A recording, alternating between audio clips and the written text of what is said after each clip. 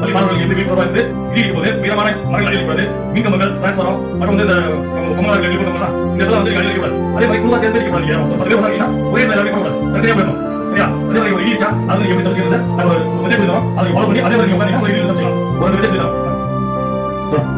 அதாவது இடி இடிக்கும் போது ஒரு ஓபன் பேச நீங்க மாட்டீங்க. சப்போஸ் ஒரு இடி நம்ம எடுத்துறோம் அப்படி மாட்டும்போது அதை வந்து நீங்க தப்பிச்சுக்க ஒரே ஒரு சொல்லுவோம். இந்த கீழே ஒரு டோம் வந்து ஒட்டிடும். சரியா? கீழே ஒரு டோம் ஒட்டிடும். காதல இடி பிடிச்சிடும். காதல இடி பிடிக்கும். இப்போ ஒரு பொசிஷன் உட்காருங்க. இந்த பொசிஷன் உட்காரும்போது நம்ம வந்து இடி உட்காந்து இடி இடிச்சாலும் அந்த மின்சாரம் நம்மள தாக்காது.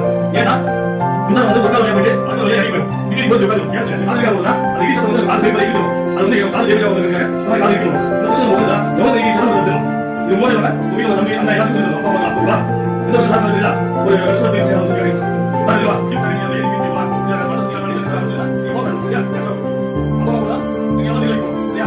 நீ தனியா போகாத ஃப்ரெண்ட்ஸ் சேர்ந்து 6 கிலோமீட்டர் ஏறி வழியில வந்து போறாங்க. சரியா?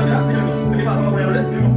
நல்ல ரவுண்ட் போயிட்டு ஒரே பாக்க கூட சுமிக்குள்ள வியா ரவுண்ட் எவ்வளவு சுமிக்குள்ள அருளுங்க. இந்த மாதிரி வந்து நீங்க யாரும் சுமிக்குள்ள பாசிங்க வந்து இதனால வெளிய போறோம். நிறைய மணிகள் வந்து எல்லாரும் வெளிய போறோம். தெரியாம இருந்தா கூட நல்லா தப்பிச்சு வரலாம். அதனால நீங்க அப்பா கூட நீங்க சுமிக்குங்க. ஏன்னா சின்ன பசங்க பார்த்தீங்களா? அது கேட்கறாங்க. சரியா? சுமிக்கு அவசியம். ஓகே. அந்த சுமிக்குள்ள தரது ஒரு நீங்க மெசேஜ் வந்து இருக்கா? ஒரு விபத்துல ஆளு ஆக்சன் பண்ணினா உடனே பக்கத்துல போடுங்க. என்ன மாட்டா சொல்லுங்க.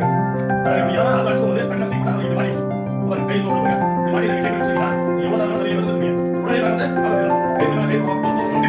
இந்த விஷயம் மாட்டிட்டு வருமா? எவ்வளவு நேரம் ஆனாலும் எவ்வளவு ஆளு இருந்தாலும் நம்ம போய் போவாங்க.